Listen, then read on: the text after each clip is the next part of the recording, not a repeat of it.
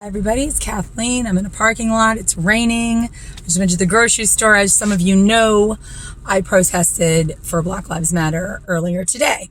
So I've been reading all these comments like all over the groups, and I wanted to talk to you as a little bit about some different things that I think maybe you're not going to agree with me, but it's kind of how I feel. So when I grew up, when I was little, we had racism problems because we had just come out of the 60s. Some of you may not know this, but in the 1960s, Black people could not vote. They couldn't drink from the same water fountain. So if you think it's crazy now, you didn't see any of the stuff. I'm sorry, put lipstick on. You didn't see any of the stuff that went down in the 60s because you guys are too young to know about this. 70s was more busing. Like they had like some conflicts over busing, like people busing their kids into other neighborhoods and stuff. Like the schools, like if the school was an all black school, people had issues with their white child going to that school. So that was going on in the 70s. The 80s was more like, when I look back at it, it was a lot of things to do with like, the Republicans had come into power. I mean, obviously Iraq hadn't started, but there was a lot of issues with like AIDS because AIDS had just started. Rich people didn't want to take care of poor people. There was a lot of like class wars and, the war on crime started then when they'd put people in jail for like ever for like a tiny, like big white drug dealers would go to jail for like 2 years. But if you were black and you got caught with crack, it was like the 3 strikes you're out. They put people in jail for the rest of their lives for like stealing a cookie, like really crazy stuff. That's what I'm trying to say. The Black people have a lot of things that this is not just like a short thing. This is going back like a long time. And I'm trying to explain to some of you, because some of you are newer immigrants and I don't know where you're getting your information, but because I'm American, and also because I'm old, I have like a lot more experience, with understanding, I got my bracelet, with understanding, why we do the things we do here in America. So obviously 90s rolled around and I'm trying to think of when Clinton got elected. Was it 88 or 92 or something like that? He came in and the 90s were like the good years in America. Like a lot of things got fixed under Clinton. I mean, he did do some very bad things with policing, obviously, that have affected African Americans, but it was a good period for financially and stuff. Then obviously you all know, George Bush won and that whole thing. It was like the popular vote. It was like considered to be one of those things where the votes were not legal. Like there was a big bunch of, voter fraud in Florida because Florida gave the presidency to the Republicans and we all believed that it was voter fraud. But then obviously, 9/11 happened and then a lot of other things happened. We went to war. We had Iraq, we had Afghanistan. Thousands and thousands and thousands of Americans died. We just had a lot of issues. But while all this was going on, Black people were being hurt. And I need you to understand that I'm not saying that Black people don't do crimes, because we obviously know people do crimes. But I don't know if you've noticed this. The whole country wasn't in flames when Black people are getting arrested for crimes. The country is in flames because Black people are getting murdered at a disproportionate amount. They also are having a lot of problems. Like, for example, with policing, if you are Black and you get stopped, you have a higher chance of being shot by the police than you do if you're a white person. Like if I'm a white person and I pull over and that police officer sees I'm white and I put my hand out the window and I'm like this, I put my hand and he sees I'm a woman, right? I'm not gonna, or I put my body out, or I open the door and I put my body, I'm like, don't shoot me, because believe me, when I've been pulled over by cops, I'm scared, and I'm scared for good reason. Obviously, I've had cops be scared of me because they're pulling me over in a dark time. Sometimes they just want to see what's in the car because I'm driving like a really crazy hour of the night. But I've been scared by police officers, and I know you can't imagine that because I'm female, but I also have the privilege of being a white person, okay? Now, obviously you know that there's been some Algerians that have been arrested, and I think sometimes had things happen to them that probably wouldn't have normally happened to them, but people can be racist against them, and you need to be aware of that. So, but what I was going to talk about, more than anything else, was this preponderance of expecting America to be like some like Disney party. There was a song when I was little, it went like this. I beg your pardon. I never promised you a rose garden. No one promised you when you moved to America that this would be like the country of like free money and never having problems and never having race problems. You are coming into this country during a transformational time. And you need to also understand just like the Arab Spring happened, we are having our Arab Spring. Now, I'm not telling you that I'm excited about this because personally, I don't want like bad things to happen. I mean, my economy already, my job already got destroyed by this economy. I lost my job. Cruises, I mean, I love to cruise. All my cruises got canceled. Even my cruise got canceled. I never know when I'll go on another cruise. And I love to go on cruises. It's like one of my favorite things to do. But my job is like destroyed by this. So please don't think that I'm like having some amazing fun time, you know, with all this stuff going on. But also, because I'm sensitive and I know what's going on, because when I was a little girl, my parents used me to integrate an all-black school in 1975. My parents sent me to an all-black elementary school because my mother and father felt that that school needed to be integrated, and a lot of the white people were not allowing their children to go there, and my mother wanted to show, hey, we will send our children. So me and my brother went on a bus almost by ourselves and went to school at almost an all-black school from the time I was 5 or 6. And even when I was there, I remember a boy like hitting his head and he went for an operation and he died. I remember like the little kids at my school, like I remember the school didn't have like all the books the other schools had. I remember the paint on the walls was not the same. The desks were old. The books were old.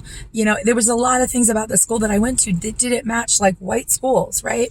But the point is I want to tell you is because you are not from here, you can't understand the complete building up of this tension. And I don't want you to think this is going to go anytime soon. I don't want you to be scared. I just want you to understand that as the country transitions and while the people things are going to happen. I mean, it's going to be harder. Eventually it will calm down, but they're going to come to the table. They're going to want more black people on police forces. They're going to want like diversion things. They're going to come to the table and ask for things. They're going to negotiate for it. They have to do it. You remember when Algeria was like liberated? Do you think Algerians were like, excuse me, French people,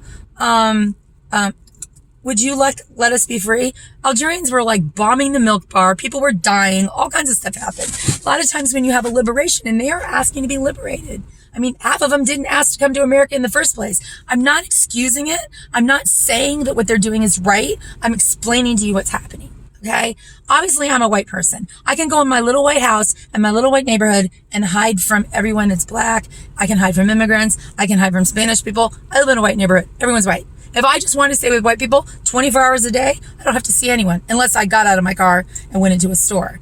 But I'm realistic about like that I live in a multinational, multicultural community. I enjoy people from other countries. You know what I mean? I enjoy being around immigrants. I love being with immigrants. It's not for the reasons you think. It's just, you guys are very fun. You have like cool food and you're entertaining. And I get really tired of like being with like the same group of white people all the time. But I just want you to understand what's happening. I want you to, especially those of you who have immigrated a couple years ago, I saw you going, oh, what's next? Corona race riot? Well, excuse me, what did you come here for? Did you think America was like paradise? Do you think that we don't have our own problems? Did you think we're just like the land of the stimulus and income tax check and easy money? We have our issues. We are a country that is in transition. And in 1960s, black people couldn't even vote. Can you imagine? Black people couldn't vote. They couldn't drink from the same water. They couldn't even stay at the same hotels as white people did in certain parts of the country. They couldn't even ride the same bus. All right. This was less than 50 years, or excuse me, it was about 60 years ago. But even now, if you look at these places, like Minneapolis is considered to be like a left place. Minneapolis is obviously a bad place for black people. They're pissed off. And you're just going to have to let them ride through this and work on it. You know what I mean? They're just going to have to go through this. And I don't know what's going to happen. I mean, I'm going to tell you that right now, there are organized protests. And you need to understand that when someone organizes a protest, they do that so they can control what's happening. Like, say black people are like get together and they're like, we want to have a protest. They are controlling the rage. They're helping their people process it and meet together. So they're not just running around breaking things. And the other thing you need to know is some of these things that are being broken could be being done by white supremacists. In fact, they already know there's outside actors, which means their white supremacists are coming in tonight. We don't know who these people are. But even, I don't know if you know this, but the guy that killed George Floyd was a Trump supporter. He has pictures with Trump. He has his MAGA hat. He was a huge Trump supporter. Like, he was friends with Trump. All right. So you need to understand all these things that are going on have a background. They have a story. And just because things don't affect you doesn't mean that they're not important. It's kind of like what happened in Algeria. Can you imagine like how rich people felt during the Algerian Revolution? I'm sure they weren't like real in love with like poor people like bombing shit. I'm sure they would have loved to keep their money. You know what I mean? But sometimes things have to change. And especially being from any kind of country that liberated itself from an oppressor, you just need to understand that they are going through something that possibly you don't understand. And maybe you'll never understand it. But me, I'm a white person. I'm 53 years old. You know, people call me a Karen and anyone else that's white a Karen. And I totally understand it. Some people are like, don't call me a Karen. I'm like, call me a Karen all you want. I don't blame them. We're complicit. White people are complicit. That means that they didn't do enough to stop it. They didn't do enough to stand up. They didn't do enough to say no. That's why police officers feel that they can get away with the shit that they're getting away with. And that's why we elected an idiot like Trump, because 50% of this country were willing to step on what they knew was socially and morally right and elect someone that they felt would represent their best interests, aka white interests. Okay? So I'm just letting you know why I have these opinions. You may not agree with me. You know, because I spend most of my time, I do have some white friends, believe it or not. I do have white friends, I promise. But a lot of my friends are Moroccan and Algerian, a couple Tunisian friends too. But I talk to you guys a lot because I help a lot of people from there, especially, you know, with lottery stuff and everything. So I'm always talking to them. I have messages every single day, like during Ramadan, you know, I helped with food every single day. And you need to understand, this just didn't happen in a vacuum. Like, people didn't just wake up and a whole country lit on fire. Did this because a police officer put his knee on someone's neck and held it for 8 minutes, 2 minutes past the time that the guy was responsive. And the guy said, Mama, Mama, I can't breathe. Mama, my stomach hurts. Mama. If you saw your own country person have that happen to them, the blood coming out of their nose, can you understand? And he was a sweet guy. Despite any problems he might have had, he was a loved person. That's one. How many are there? Do you know how many people that Aubrey, the guy who killed just a couple weeks ago, there's lists and lists and lists of people killed by bad policing, by really bad policing, by white supremacists running loose because they've been encouraged by a president that thinks this is cool. You know, I have to talk to you guys about this because no one is talking to you from the American community. You know only what you know between each other. And you know, maybe some guy at your work told you or whatever. I'm saying it as a college educated political science and history major who's been educated, who's active in politics, and who has been active in protesting why and what is happening. So I'm here to tell you that. Like, if you have questions, come talk to me. I will kind of explain to you a little bit as to what the backstory is. There are some really important movies you guys need to watch to help you, bring you up to the place that you need to know to understand the stuff behind this. One of those movies is Selma, Selma. This is not the first time America caught on fire. America's been on fire a lot over the last 60 years. Okay? And it's not been because black people weren't treated right. It was because they were abused. Okay? There were people that were white, like me, that were killed by the Ku Klux Klan. You know, the guys with the white hats, just for registering black people to vote. Okay? Just for registering people to vote, they were murdered. There was in 1963 in Birmingham, Alabama, 4 little girls were in a church and the KKK went in there and put a bomb under the church and blew it up and murdered these 4 little children. There were girls. They call them the 4 little girls. It's like a museum in Birmingham, Alabama. But to understand why all this stuff is happening, you have to understand the past. Now, I'm not saying that black people aren't criminals. There are horrible people that are criminals that are black. I mean, I know that and I get that, you know, lawless and everything else. But the point is, policing is something that we should be able to do something about. Okay? We should be able to make sure that if my son is pulled over by a police officer and a black woman's son is pulled over by a police officer, and as long as they're not doing anything like shooting at them with a gun, that child has the same chance to get out of it alive.